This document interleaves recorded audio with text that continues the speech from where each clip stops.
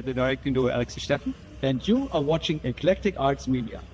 Because of the color green, not a lot of people choose it. I don't know why. Hi, I'm Jackson, and this is... I'm Jake Shimobukuro. And you're watching Eclectic Arts Media. Anytime I'm doing anything, he wants to be involved. This is midnight. If I can walk out of the ring the way I walked into it, I'm happy.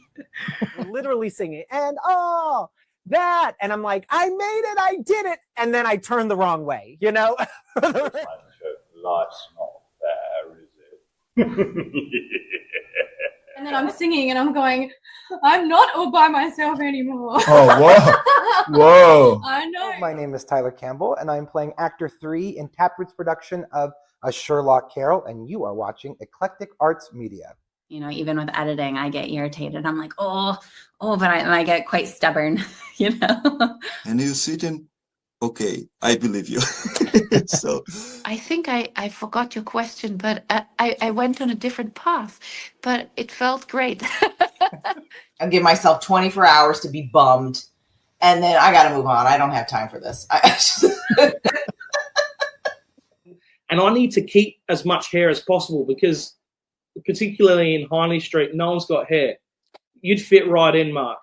So I can't believe it's been that long since we talked. Time flies. Hello, your ruling cards. Right. They may be super confused. Like, what is this woman talking about? Projects with whatever theater I could reach around here, you know. All right, look, hey, this is Alex Story from Cancer Slug. This is Cancer Slug, and you're watching Eclectic Arts Media. See, I said it right.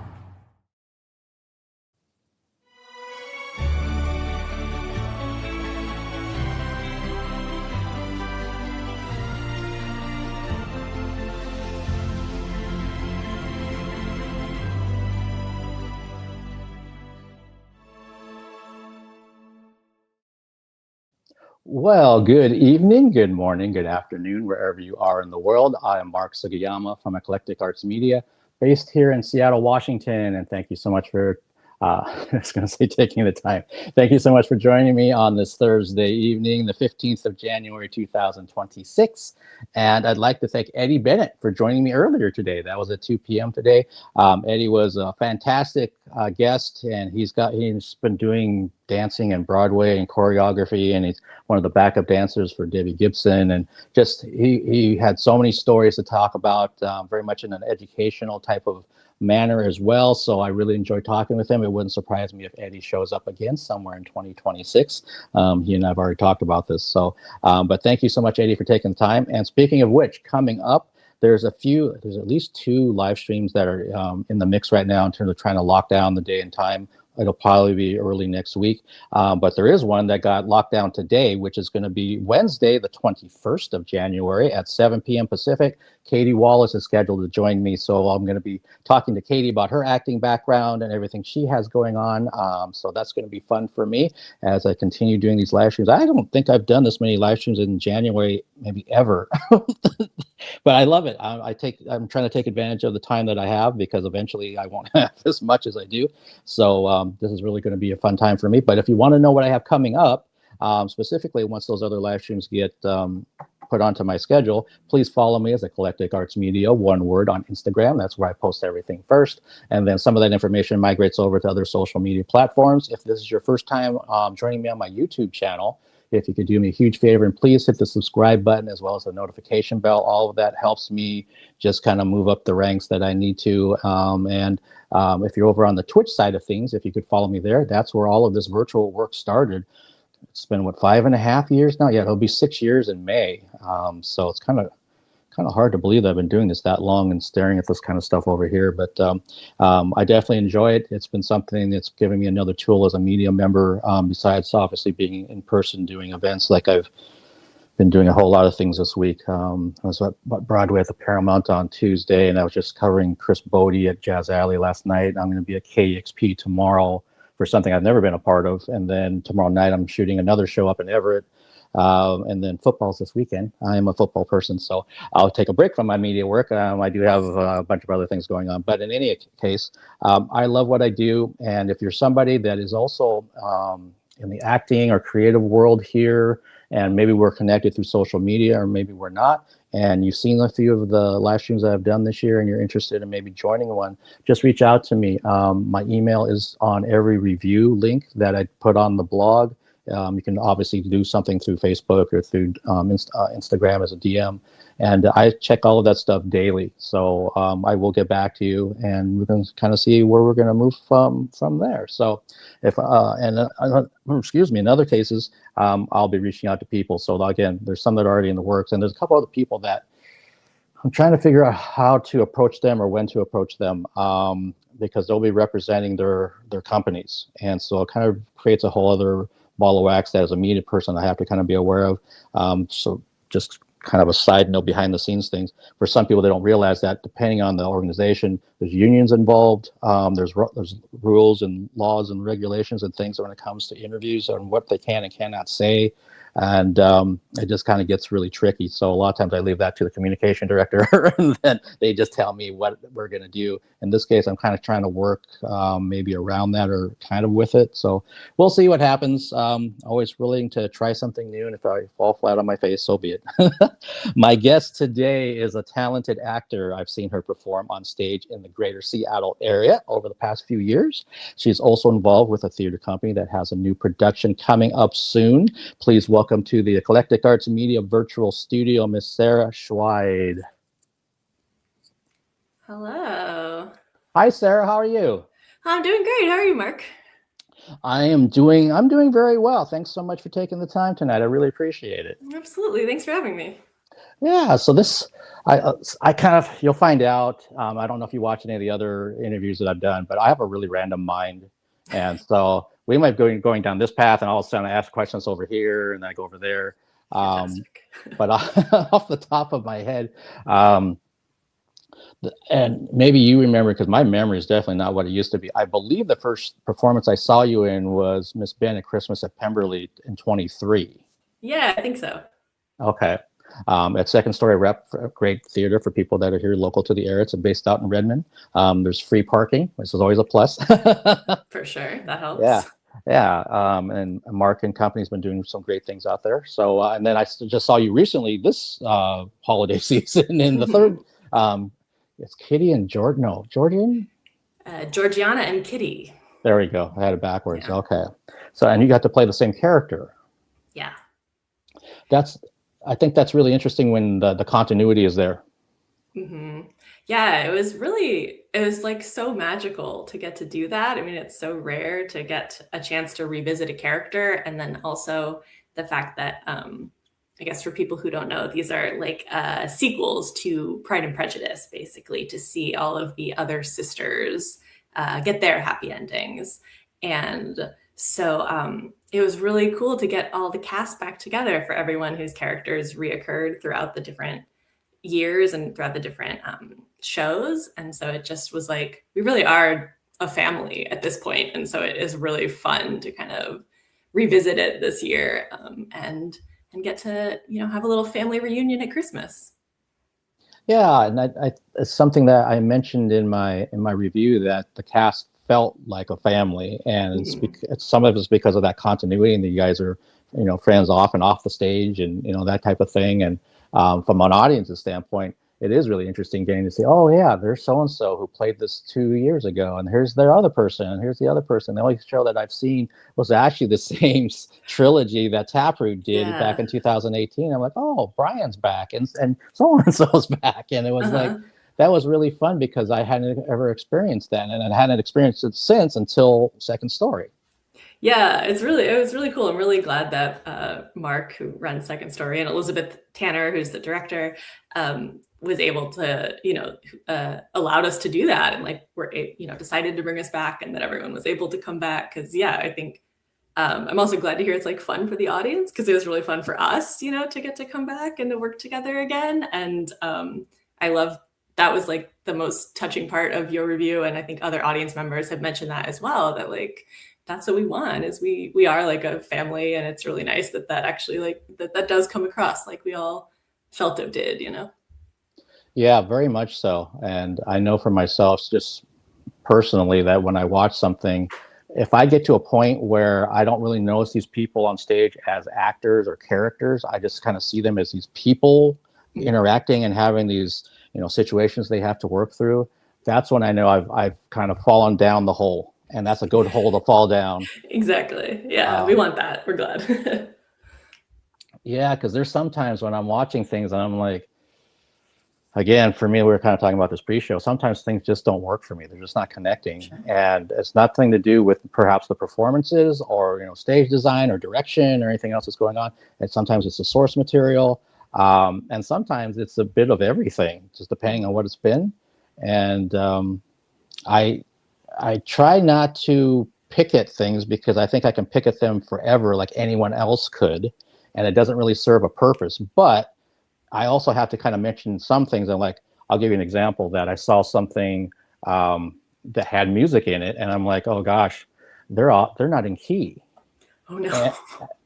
And as a musician myself, I understand it's maybe you left your guitar somewhere up on a stand, and maybe one of the strings got messed up with. But if you don't hear that when you're playing, and you've got an audience there, and you don't try to fix it, that gets a little rough. And that's when I have to mention that kind of thing. Like, hey, for future performances, you might want to try tuning up a little bit more, or maybe your instrument wasn't, the intonation on the fretboard wasn't right, so you need to go pay some money to get your guitar looked at. But I just wouldn't want that done. I wouldn't want to be that person myself in that situation. Right. I would want somebody to tell me, Mark, there's something going on with your guitar. Yeah, like, there is. But I also realize that in some cases there's people that, they take everything personally. And it's like, no, that's not what it is. I'm trying to help. But it also depends on how you write it, how you come across in person or virtually, like what we're doing right now. I think it kind of helps in some cases. But I'm curious when you were first doing the role of Miss Bennett, because when I saw Shanna Allman do that role at Taproot, and I saw that show 3 times, the first one that they did. So I was like, oh, hey, they're doing this show over at this place in Redmond. Let me go check this out. And so I was doing my best to keep it blocked out of my head about what I had seen, because that's not fair to anybody on the stage. And then your approach to the character, to me, was actually closer to what the book probably would be in terms of how Mary Bennett is. And I really liked it, and you really stood out to me that way. But how was your approach to that character back in 23 when you were first doing it? Gosh, yeah. I mean, thank you. That's really nice of you to say. Also, I really appreciate that. Yeah, gosh, I think I had, I'm not a huge, prior to this, I actually hadn't been like a huge Pride and Prejudice person. I mean, I think I had just read the book like right after I got cast, or as I was auditioning. I was finally like, and I've done the play before, actually. So I did a production of Pride and Prejudice, actually with the same director who directed our trilogy at Second Story, played a different character. So I've had a little Pride and Prejudice experience. And so yeah, I mean, it was, I read the book, and then, but she is so different in the plays, I think, from, I guess you watch her grow, right? From kind of that bookish, annoying, a bit overbearing, a bit pedantic. And she still like has some of that. And she's like we all are, I suppose, in kind of our early 20s, trying to kind of figure out who we are and find ourselves away from our families and who are we, as adults. So it was, yeah, it's really fun to just kind of let her do that. And I mean, I think it's about like honoring that source material and like who she is, and then helping her kind of find her way to who she's going to become. And that's kind of what I got to do with the character. And yeah. Okay. And so as you're going through rehearsals and not even to Tech Week or anything, how much, every actor is different that I've talked to, how much are you kind of listening to any kind of feedback about, oh, do that again, that really, really worked for your character? Are you somebody that listens to a lot of that when you're doing any given show, or you're like, you don't really listen to too much of that kind of feedback? Yeah, I mean, I think I definitely I'd say I spend a lot of time preparing. And so like talking about, I mean, I don't know that preparing this role is any different than any of the other ways I might approach any role, which is like, going through the script and kind of figuring out what's one thing I do is like, what does everyone say about my character? What do I say about myself, right? What's Mary Bennett saying about herself? What does every other character say about Mary Bennett? And kind of help to figure out kind of who she is in that way. And then it's, it's all like about trying things out. So I think I'm pretty open to feedback, and that's what the whole process is, right? It is a collaborative art form, and the director is there to help us kind of shape it. And, you have, especially in a show like that, it's a very like ensemble show, right? So you always have all these scene partners with you. And so it's also about like being open to what's happening there and kind of feeling it out and trying it out and building those relationships with each other so that we find kind of little moments, especially in a show like this, that's like about family, right? People who would know you very well. And so I think it is a lot about like kind of finding it collaboratively. Obviously, like you're doing work on your own, you're coming up with your own ideas, but I'm also, I want to think I'm really open to like someone like in rehearsal, if someone was like, oh, what if we try this here, right? Or this might make that joke land better if we try it this way, or what if we tried this kind of staging? And I always think, that's why we have rehearsal, right? To kind of play around and find that out and figure out what works together. And then I think it's a lot of like, the reason we have a director is because they're sitting on the outside and they can look at it from the audience perspective, right? So I might be like, this is what I think my character would do, and this is what I want. And they're like, well, it's not reading that way, or it's not helping us, it's not helping this other character, and you need to help this other thing happen, so like so you kind of have to have that give and take. And I think that's part of the fun, right? That's why that's part of the process. So.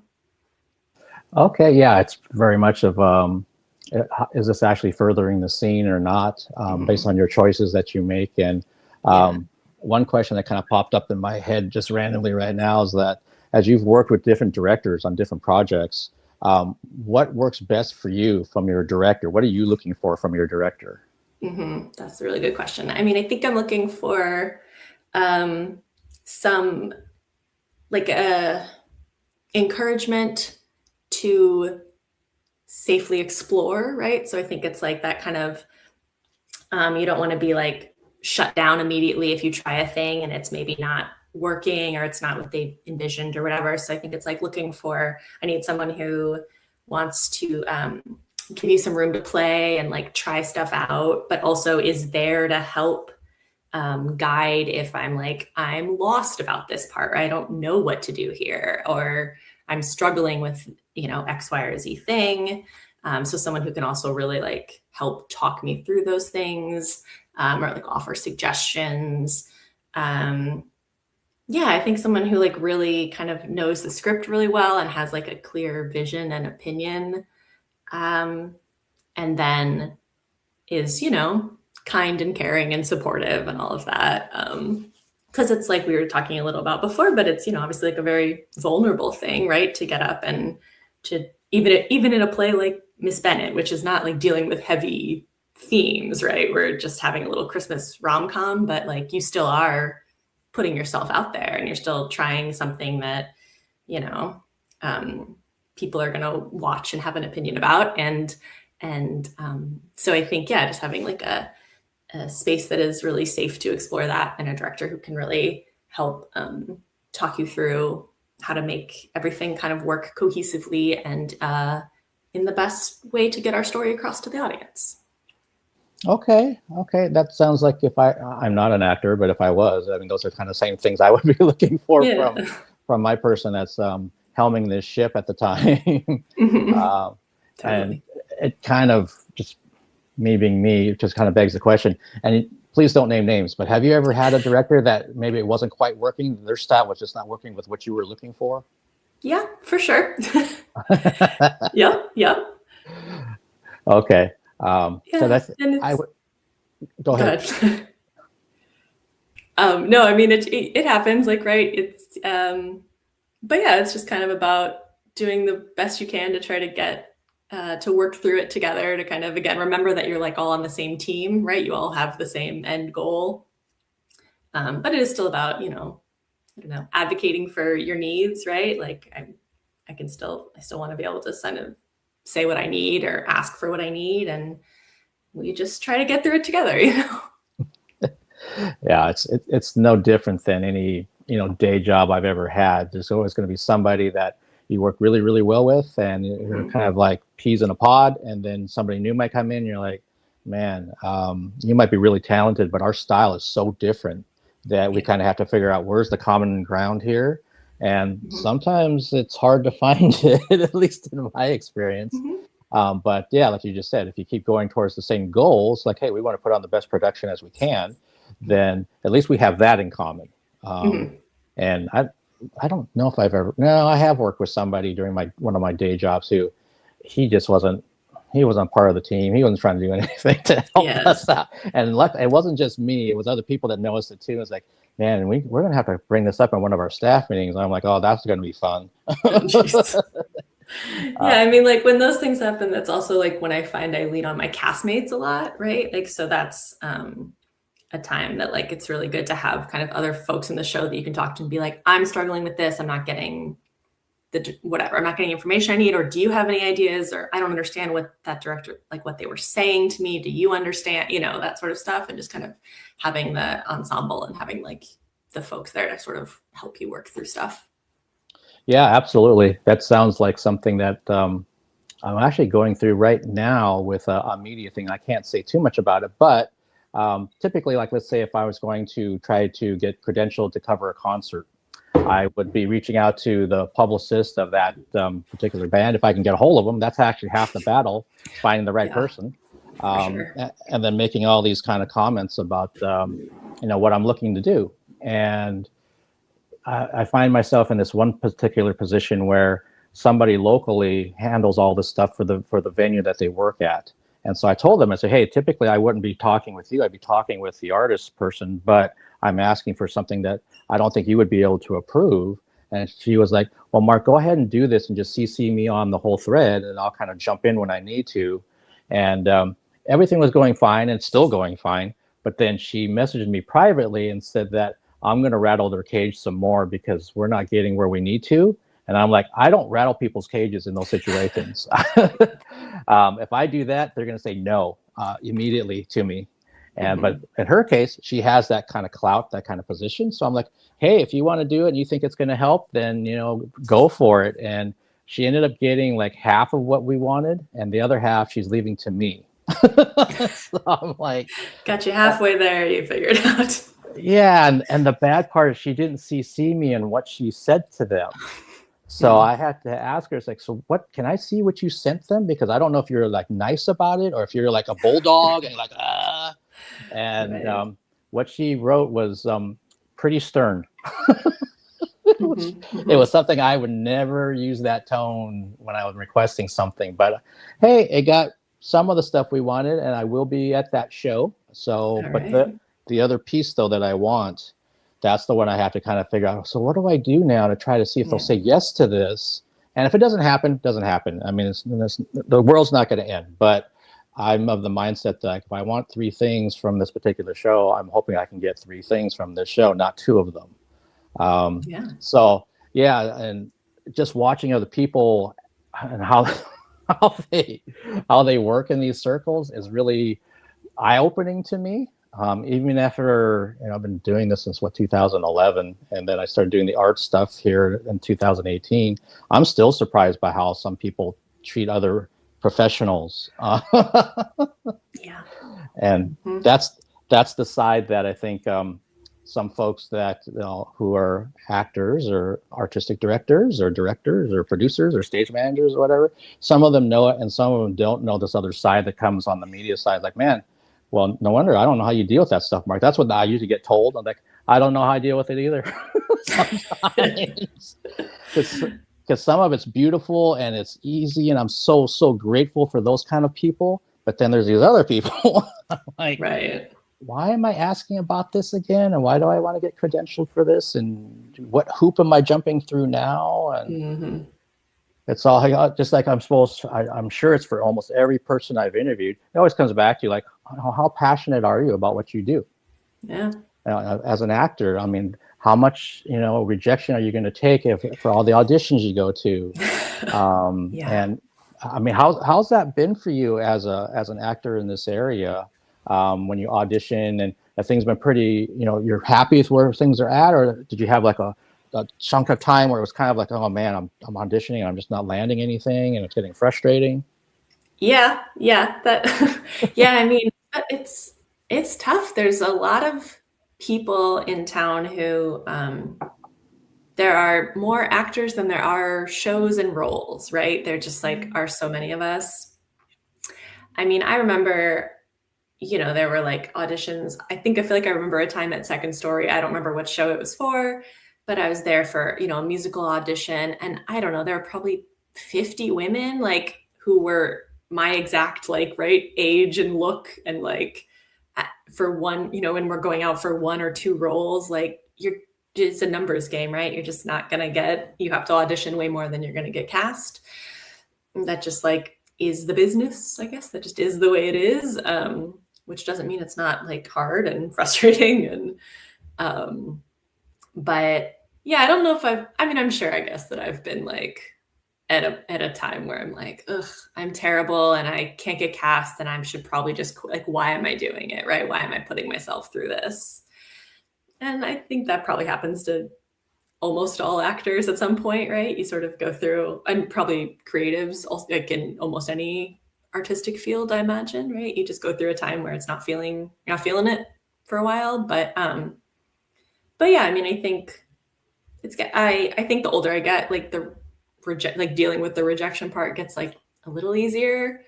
And yeah, I don't know. Okay. It definitely rings true for, I think, anybody, that you always kind of have these ideas in your head about, I really, really, really think I'm perfect for this. And then, hey, they just decide to go a different direction for any job. Doesn't matter if it's a day job or an artistic job. It's definitely happened to me when I'm like, oh, I'm almost a shoo-in, I think. And then, nope. So like, okay, well, what's the next thing? And then maybe I have energy to kind of tackle that. And sometimes I don't have energy to tackle that. So I'm going to kind of step back from this for a little bit and just kind of do something else. And then when I feel that kind of itch, then I'll kind of get back to it. And it happens all the time for me personally. It happens all the time where I'm just like, what am I doing? This is supposed to be fun. This is supposed to be like, giving me these wonderful memories that I'll be able to talk about 30 years from now. And all I have right now are terrible ones. Exactly. Yeah. If it's more terrible than it is fun, then maybe it's time to take a pause, Yeah, for sure. And kind of switching gears a little bit. So when did you first know that you wanted to act? I mean, does this go all the way back to when you're like a little girl, or was it like later on in life? Yeah. I mean, I think I don't remember like a specific moment, because I think I feel like I've just always been doing it.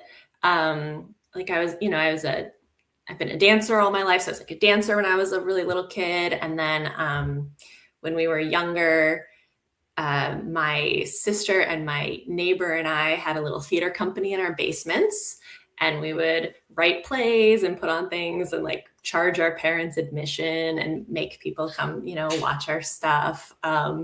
We wrote this like long production of, well, we remember it as being pretty long. I'm sure parents do as well. This like production of A Little Princess, where we added music and the three of us played all the parts, and it was an epic event for our little theater company. So, it's just like always been a part of my life off and on over the years. Okay. What was the name of your company? It was called Plays Are Us. And it had a little backwards R, like the Toys R Us, which we were very proud of that idea. So yes, my first theater company. Yep. That's awesome. And did you just continue pursuing theater, like in drama classes in high school or anything, or? Yeah, so I always like went to summer theater camps and I was always in choir and dance, and then I did high school theater, and like we had a competitive speech team, and so I did that all through high school. And then I didn't study it I didn't go to school for theater, so I don't have like that formal training, but so I took a little break when I was in college. And then I guess like later in college kind of got back into it, just doing like community theater and stuff, and then kind of just been doing it since then. Okay. And I completely forgot to ask you, so are you a native of this area? No, I'm not. I'm from Nebraska. So I grew up in the Midwest. Okay. So all the theater club and dancing and everything was happening in Nebraska. Mhm. And what eventually got you out here? My partner at the time, we were after college, we graduated, and they got a job at Amazon, as so many do. And so that's what moved us out here. And then, yeah, just have stayed. Okay. Couple different questions that come to mind from what you had mentioned. I think I'll start with the earlier part. So you've been dancing, most of your life. So we're talking like all the different types, from tap, lyrical, jazz, ballet. Yeah, it was, as a kid, I did like tap, jazz, and ballet. And then these days, I don't go to class all that. I've been trying to get back into class, but mostly like these days I'll go to class. Sometimes it's more like I'll do musical theater, jazz. I started taking, I've only recently started doing like more contemporary lyrical, which I think is really cool. I really want to get back into a tap class. I sort of only take a tap class when I'm about to do a show that has tap dancing in it, once every 10 years or something when I'm in a musical with tapping. So yeah. Okay. So with that background and your acting background, and you mentioned you were in choir, do you have something in the back of your head, or maybe something that's going to be in the future that involves all of your talent into something you create for yourself? Oh, that's a good question. Not at the moment. I am not. No, I don't have any sort of playwright or kind of aspirations to sort of create my own show or anything at this time, but who knows? Okay. All right. Anytime I hear people and they kind of talk about their background, and I kind of see and hear so many different things that they have going on, that's kind of like, all right, have you ever thought? Because for myself, sometimes I think about it. There was a point where I was looking at making this little music video thing, because I had a music background, and I had a photography background, and started learning video stuff. And I knew enough people that were creative that could probably help bring the vision to life. And then it was just an idea. I never brought it to life, at least not yet. Not yet. There you go. But I did broach the subject, and I was kind of poking and talking to a couple of people. So what do you think about this? And they were kind of encouraging me to do it. And I just kind of saw something shiny and got distracted over here. Sure. There's only so much time, right? Sometimes we can't do all the things, I guess, or, follow your passions at the moment, whatever speaks to you. Yeah, absolutely. I mean, even like for me doing this media stuff, I started very, very late, and it was something that I didn't plan on doing at all. It organically happened. Nice. And once the opportunities for different things came, then I worked really, really hard on those opportunities, but I didn't ask for them. They were just kind of there. Sure. And luckily, some part of me said, hey, there's an opportunity here. Don't let it pass you by, because sometimes things do happen. And I know for some of the people in my circle, opportunities, I see them like right in front of them, and they don't see it at all. It's like, hey, why don't you ask that person about this thing? And they're like, huh? I'll give you an example of there's another photographer who's a great guy, and he had done an interview with the band at Chop Suey, and we're talking before the show started, and I'm like, he said, hey, they gave me some guitar picks. I'm like, if I were you, I would take those guitar picks when they come on stage and they're setting their stuff up, see if they will hold the picks up towards your camera, and then you can take some shots of it. And he's like, oh, that's a really great idea. And I'm like, how do you not think about that? Because I didn't meet the band. I don't have picks. I don't have any of these things.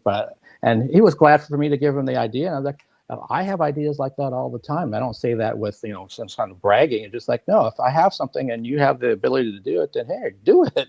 Yeah. It's not, it doesn't bother me that you're using the idea, but that's what I kept looking. Then the more I got to know him found out he's very much a numbers, math, science kind of guy. So he doesn't think creatively that way. He thinks about, Mark, here's where the f-stop needs to be for this. And if we go 2 inches this way, this is what happens. Like, oh, okay. Because I'm not that way. I don't think numbers. So we would make a good team. There you go. There you go. The technical and the artsy, combine it. There you go. Yeah. And I was going to kind of piggyback on what you were saying when you moved from Nebraska out here, is that, so how do you like being out here? I hear so many, I've lived here all my life. So I hear different things from people who have moved here for a few years. Some have moved here for the last 20 years. How do you like this Northwest area? You know, I like it. I mean, it's beautiful. Like as a person who grew up in a landlocked state, it still kind of like blows my mind to see like mountains and water and green and all at the same time. I will be honest, the weather is kind of starting to drain me a little. It took me, I think when I first moved here, I was thrilled to be out of like the snow and like the cold winters of the Midwest. And then now the dark, the gray, the rain it is starting to wear me down after the last couple of years, but I do like it. And I mean, I've got beautiful friends here, got beautiful theater community. So there's a lot that I'm really enjoying about being here for sure. Okay. All right. And I think it's fair that this time of year that we're in right now here in the greater Seattle area, even if you're like me and you've lived here all your life, there's certain days where it's like, man, this is a bit much. Yeah. Could I just have a little sunshine? Yeah. And I definitely have days where I'm like, I mean, I got to drive into Seattle. I don't really feel like doing that. It's because it's dark and it's cold and I'm comfortable and I don't want to leave. But then I'm like, oh, well, Mark, you said you were going to be there to cover the show. So I know I better get going. But it's so much easier as a discussion when it's, April. Exactly.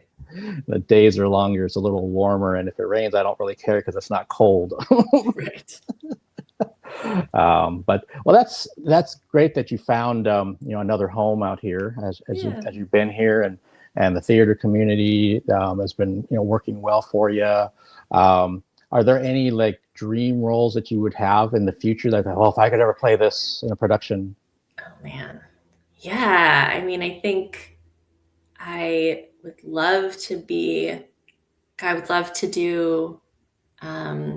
Into the Woods. Like to play the baker's wife in Into the Woods, or any role in like a chorus line, or like Beatrice in Much Ado About Nothing. And there's a lot of stuff I think that I look forward to. But I think sometimes, you get surprised by a thing that becomes a really great role, like you're not looking for it, but it just ends up really fitting well, or being a lot of fun, or being a great experience. So yeah, I don't know. Okay, that's actually a really good point that you bring up, that sometimes something that you're not even looking for turns out to be really, really awesome. Yeah. You start wrapping your hands and arms and everything around it, like, wow, this is really, really not what I thought it was going to be, but I sure love it. If I'm being honest, I suppose I could say that even about musicals and theater, because I didn't grow up with these things. And I've said this before on these live streams, that I wasn't looking to review musicals or go to local theater. It was something that just happened from the interview side of things, which I've always had an interest in. And then once the one opportunity happened, then I'm like, oh, so I know there's a bunch of theaters around this town. I've never been to any of them. Maybe I should try to reach out to one of them. Then first thing that went off in my head was that I had covered a concert at Taproot Theater. And their small Isaac studio, their black box. And I was like, oh, that place in Greenwood, I should see what they got going on. And I reached out to them, and it was at the end of a run, and they put me in anyway. And I was like, wow, this was actually pretty good. I wouldn't mind coming back. And I did. I haven't left since. They can't really get rid of me. And I used to live in Edmonds for over 20 years. So then I started looking around there. I said, are there theater companies here? Yes, Mark, there are theater companies here. Oh, yeah. That's how I ended up at Driftwood and at Phoenix. And I knew about Edmonds College. And I just kind of, thankfully for the internet, it makes things very, very easy. Yes. Yeah, it does help. These days to find stuff. And Yeah, I'm like, okay, and there's this Village Theater thing, and there's this Fifth Avenue thing. Oh, but there's also this other thing over here. Second Story, I mean, I got introduced to them because of co-founder / local actor Molly Hall was in a show there, and she introduced me and said, hey, Mark, would you like to come out and I'll introduce you to the artistic director at Second Story. And I'm like, there's a theater in Redmond? How did I miss this one? And that's where it started, because I knew her from As If in Kenmore, which is right where I live now. So everything's kind of connected. I'm sure it's for the same thing for you. You totally. You do these shows, you meet these creatives. It might even be somebody you just met at an audition, and then they're over here doing something else, or you see something on social media, and you're like, oh, I didn't know this was going on. What is this thing? I fall into that all the time. But had I not done that interview in May of 2018, I don't know if you and I would be talking right now. Right. I was the big music concert person. That's what I loved. Had some other stuff sprinkled in there too, but there was none of this. If you had told me 20 years ago that I'll be reviewing the opera, I would have been like, what are you talking about? Yeah. There's music involved, but I'd never been to an opera until I started reviewing it, and I had no interest in it. Aren't those people that sing all funny? And like, it was the last kind of major artistic area that I moved into review wise. So it was musicals, theater, ballet, and then that. And I like some of the darker side of life when it comes to like horror movies and things like that. And the opera had this ghost story that they were going to be doing in October of like 2018. I'm like, oh, this is perfect. This is right to the kind of stuff that I would like. And I watched the trailer and I was like, nope. I don't think I can put up with that for 2.5, 3 hours or whatever it was. But then the next show was in January. It was a classical opera, Italian. I said, okay, I got to pull off the Band-Aid and let's read. And I didn't even know if they were going to say yes. I was just thinking all in my head that, oh yeah, I'll get in. And I had to reach out to them, and they did put me in. I couldn't find one person that wanted to go with me in my entire circle. I asked family, friends, acquaintances, co-workers, and I said, hey, I have this +1, and nobody wanted to go. So I went on my own, and I was so pleasantly surprised how much I liked it. Yeah. And I loved watching the people that have been going for like decades, all dressed up, know every little thing about every little show, have an opinion about every little show and every little thing. And I just kind of realized, man, there's so many decades, if not centuries, that opera has been around that I don't know anything about this. So it's going to be a deep dive, and it's going to take me forever. And I kind of liked it. I mean, it's just I can just keep chipping away at it and keep chipping away. Yeah. There's lots to learn, lots to see. Yeah. Very true. There is. And I'm still trying to chip away, and I'm probably not even 10% into it. Yeah. Kind of like what I was mentioning to you earlier, that if I want to learn about a particular art form, like actors and theater folks, I need to talk to them. That's why I've told every communication director, is like, if you can set up an interview, this is going to help me immensely if I can actually hear from the people that do this work on stage. And it has been that way. I've been really, really fortunate that the communication directors in this area have been so welcoming to that idea, because they could have said, you need to do some more work, Mark, or you need to kind of prove yourself, or you need to have better credentials, and then maybe we'll talk about it. No, usually it's just like, give me some time and we'll kind of see how we can work this out. And kind of mentioned that in my intro about there's all these ins and outs that I was not aware of until I was told, hey, we can't do this because the union said blah, blah, blah. And like, oh, I don't even think of these things. That said, but that's why you're here, and I just listen to you. Exactly. Do you kind of mentioned that, like, you have right now, at least you don't see yourself trying to pull all these different skills from your background into something new. But do you have interest in doing anything besides the acting part for theater, or maybe you're already doing it, like directing or something else? Yeah. Well, with Blue Hour Theater Group, you mentioned in my intro there that I work with, I've been able to really start exploring some other sides. I've always sort of been on the performance side, but once I started working with them and joined them as like producers, I've been able to kind of see all aspects of putting a show together, which is really cool. So I've been able to kind of help with casting, and I've stage managed a couple of shows, and I really like stage managing, which has been a cool thing to try out and explore. And yeah, I like kind of learning more about the technical side and the creative, like the backstage, and kind of getting on the technical and that side of like creating theater, which up until recently I didn't really know all that much about. So it's been really cool to kind of try that out. Okay, something that I'm curious about. How would you describe it for people that are watching this? What does a stage manager do? They help make sure that rehearsals happen, that they happen. Stage manager is sort of the liaison between the actor and the director in a lot of respects. Kind of, I say like I'm always like I'm protecting the actors. Like I'm always sort of they're the ones I'm looking out for to make sure they're getting what they need and that we're using their time well. So stage manager will help throughout rehearsals with scheduling, making sure we're calling the right people in for the right amount of time. We're not wasting people's time. We're getting through kind of the calendar of what we plan to do in the time we plan to do it. So sort of keeping everyone on track, taking all like the blocking staging notes to make sure we're keeping track of all of that.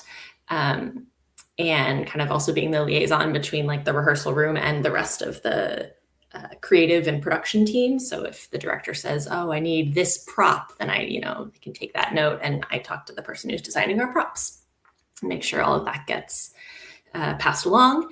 And then helping make sure that load in to the theater space happens and getting everything set up for that. And then running the show. So that is like calling the show from the booth. So that is like running the light board and the sound board, making sure the actors, know what's going on. You're sort of there to keep the show, keep the integrity of the show that the director has set up. So making sure none of the actors are doing crazy stuff, making crazy changes to what you've done in rehearsal. And again, kind of being that like communication liaison between everyone as needed. And those are some of the pieces of it. That sounds like a whole lot of work. It is a whole lot of work. Yeah. Be nice to your stage managers, everyone. Like they are working. They're the first ones there. They're the last ones to leave. Like it's a lot of stuff. Yeah. Yeah. I appreciate you kind of putting in all those details, because you said some things I wasn't aware of. So I'm like, yeah, you're like this thing that's everywhere to make sure that whole process moves and happens the way that the director wants it and the actors feel good about it and safe and everything. That's a lot of details. It's a lot of stuff. So it's been cool. It's been cool to like learn how to do it. As an actor, like being in a show with a stage manager who is like really on it and really great is like so valuable. So I just strive to emulate some of the great stage managers that I have worked with. Yeah, I can only imagine what it would be like if you had a stage manager that was, coming up short. That as an actor, you'd be kind of like, you're not making this any easier for me right now. Yeah. You're supposed to kind of help reduce my anxiety, not build it up. Exactly. Oh gosh, I used to work at a college, and I was on the K-12 side of the college, so we hired college students for our programs. And so as their manager, boy, some of those guys, and I remember what I was like in college when I was 18 or 20, that, you have different things going on in your head versus when you're 30. But some of those guys, I'm like, come on, give me a break. I'm trying to like handhold you through this, and you're still making it difficult for me. But once things were like running smoothly, then I knew that I did my job. But if things were running into problems, I'm like, okay, what happened over here? These guys are fine. What happened here? And then just have to try to fix it. You got to fix it fast, and you be professional and make people hopefully feel so good about themselves so they can do their job. But it was like, days, if I had hair, I would be pulling my hair out kind of thing. But with all those different things that you've done now, is on the other side, the behind the scenes part of it, is that what you're carrying into Blue Hour Theater, or can you tell me more about that? Yeah, I'd love to. So there's 4 of us who are sort of the main producers. We have producers and a board. So there's 4 or 5 of us who are working to kind of put all of the shows together, and it's really like shepherding it from beginning to end, which has been really cool. So I'm going to stage manage our show that's coming up in the spring, which is exciting. We're kind of in a time of planning ahead, like planning our next couple of years and sort of trying to decide what those are going to look like, what shows we might do, what kinds of things we want to do, what kind of stories we want to tell. Blue Hour has like our mission, the kinds of stories that we like to be performing are, we sort of talk about it as our the beautiful stories from our chaotic world. It's sort of this idea of the human-centered stories around our self-made messes and how we can thrive and survive together. And so it kind of started as the focus initially was of this intersection of like theater and environmental awareness. So kind of environmental justice, environmental awareness, climate awareness, sort of the original, the founders, Brian and Kat Brooks, have a background both in like theater, film, and then also in like renewable energy. And so that sort of is that where that like intersection came from. And we've kind of expanded a little to have a little more broader kind of storytelling ability. But yeah, we're really excited to kind of we're still pretty new. I mean, they just were founded in 2019. So, which was, a rough year to have started your theater company in the fall of 2019. So, but we've been able to do, this will be our 4th show coming up this spring. So really excited. Okay, no, that's great. What is this 4th show that you're going to be doing in the spring? Yeah, it's called Continuity. It's a play in 6 takes, sort of the tagline of it. So it's about a film crew trying to get like the final shot of their action climate disaster movie. And so you're seeing like the film scene and them trying to like get the shot. And then you're also, of course, getting the backstage, I guess it were, or the on-set kind of relationships and complicated lives of our actors and our director, the characters in the show. And so, yeah, it's a really interesting show. I think it's going to be a lot of fun. And we're doing that this May at 12th Avenue Arts. So we're really excited. Okay. Yeah, that sounds really interesting. I don't know if I've heard of, a play like that. Yeah. That's part of what we thought was cool. Like it's like you have to both have like a film set in a theater, and how do you make it feel like a film set? So I don't know, it'd be exciting to see. Yeah, and I've only been to 12th Avenue Arts once, and that was early on when I started doing this. So that's really cool. Hopefully, it works with my schedule. You said May. I hope so. Yep. Mm-hmm. May. Yeah, okay. Opens May 7th, I believe. So yeah. All right. I'm sure cool. I'll be bothering you about it. Bother away. as I've told some other local folks that. It's never an issue with me when it's actually preferable when someone reaches out to me. Even if I can't do it, at least it puts it back into my radar, because I just can't keep up with everything. That's me being honest. And so if somebody pings me through social media or they send me an email or both, then I'm kind of like, oh, okay, you got this going on. That's good, because I'm so focused on the other 8 things over here that sometimes I forget what else is going on. I don't have time to breathe. This week is actually a good example of that. It's like, how did all this stuff get on my schedule? Oh yeah, I'm the one to put it on there. Right.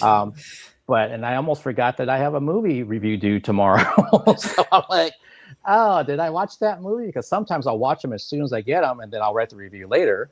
And then sometimes I forget that I have the screener, and that's kind of the case tonight. So I guess I know what I'll be doing once I write my review. I have to. This is my own fault. Right. No one to blame but yourself, but still. This is completely my own fault, but I'll power through it, and I'll get everything done by midnight tonight. But that's great that you're a part of a new up and coming theater company. That's got to be exciting. With doing that, and then you're also doing shows when you choose to do them and audition and be a part of things, and you've got this community. And I would, it'd be, I realize it's not completely in your control, but it would be awesome to be able to see you, now that I know what you have in your background, with some sort of dance number and maybe something where you're singing. And that, it doesn't have to be like a full-blown musical, but maybe this scene calls for your character to do blah, blah, blah. I would love to see or hear or hear that. Yeah. No, I mean, I love doing musicals.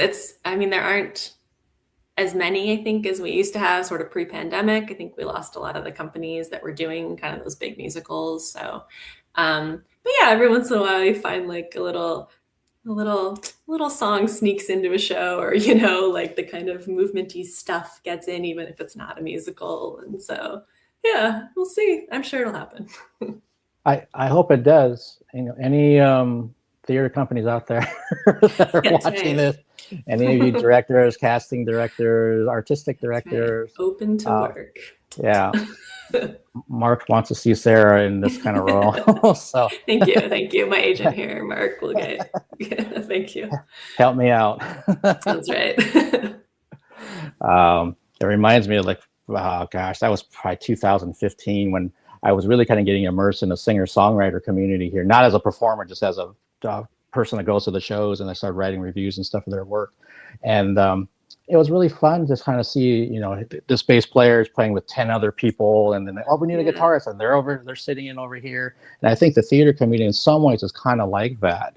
I know if I was going to be casting a show and I'd worked with somebody 5 times and they're great for this role, it's kind of like, well, you already have a leg up, I think, honestly. And that's, whether that's fair or unfair, I don't know, but it's just kind of like, I always go with who I know, if it seems to be the right fit. And when I started doing all this virtual work in 2020 and I got on this tour for 59 shows, it was like, who am I going to interview? And it was like every single day I needed to have somebody. So I was reaching out to every local person that I've ever done anything with. I was like, hey, do you want to come on and do a 30-minute interview? Because it's part of this tour. And they're like, what are you talking about? This is right, you know, during the pandemic in May of 2020. And they're like, well, I had explained it to them and I didn't quite understand what I'm going to be doing. But hey, do you want to just kind of, you know, roll with the punches and come on? And do you have a phone, or do you have a laptop, or do you have something that we can connect with? And it's all going to get shut down or sent down to Los Angeles, and they're going to be headquarters. And they're like, what? Hold on. Yeah, it's this whole thing. And but it worked out really well, you know, with that kind of stuff. But that's when I've been able to see that, for me, again, and some of these people have come back. They're still living here. They're other musicians, and that they turned me on to people that weren't musicians. And so that made me start thinking more, oh, I didn't realize there's another company, or, oh, this person's an actor too. I didn't know that. I've only seen them as a musician. So what have they been in? Oh, they've been in these short films, Mark, and they were trying to do some theater stuff once we get out of this pandemic thing. And I'm like, oh, okay. It comes down to putting yourself out there, and I'm not good at that. I'm on the introverted side of things. I'm not on the extroverted side of things. Some people don't quite believe that when they start talking to me because I don't shut up. But if I have to pick between going up to a stranger about, wow, you just played a really good set, I'm probably going to just think, oh, I'll just think that, but I'm not going to go bother them. Right. But now that I do the media stuff, then there's another part of me that's like, no, go talk to them a little bit. Maybe they want to do something, or maybe they want to come on and do an interview either virtually or in person. And we did a live stream. I don't know, was that like 2 weeks ago or maybe a week and a half ago? Somebody came into the chat and they're asking for advice about that kind of thing because they said they're really shy. And I'm like, you're looking at somebody that's just like what you just said. Yeah. So if you think too much, if you start getting anxiety about, you know, a situation, that's me. And so that's when they wonder, well, how did you get out of it? I said, I'm not out of it. Right. Yeah. You just learn how to manage through it, I guess, right? You learn how to do it anyway. That's what it turns into. It's like, I just learned to cope better with it, but I'm still that person. So you have to be able to take that step too, whatever that step is for you. But if you decide to stay in this corner, I can almost guarantee you're not going to get where you want to go.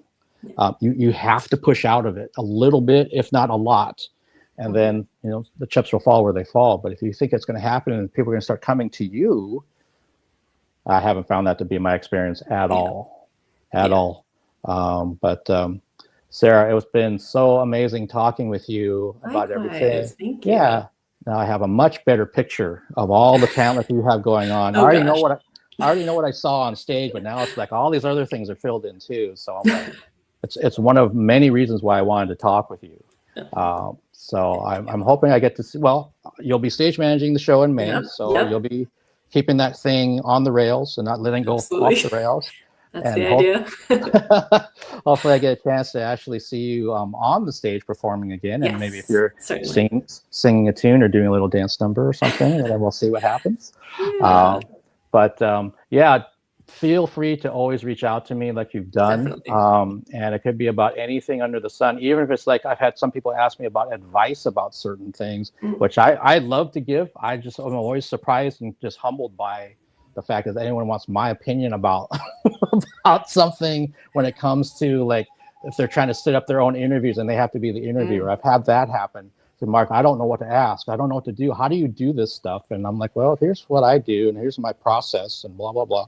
But I just I try to throw myself out there so that people kind of know, when you see this Eclectic Arts Media person, you know, and you look at the blog and there's a review link or whatever it is, you have a better picture of who I am and where things are coming from, instead of just seeing it very one note, which is all you're going to see when you read something. But now you kind of know, oh, so this is what this guy has going on. Yeah, I still don't like him. But again, Sarah, thank you so much for taking the time. And people that are watching, thank you for watching. And if you're watching this down the road, if you have a question or something, you can just put a comment into YouTube, because I will see those. I get notifications about them. And then if it's something specifically for Sarah, I will then message that over to her and see if we can get an answer for you. So don't be shy, like some people that I know. But have a great evening, everybody. And I will see you all later.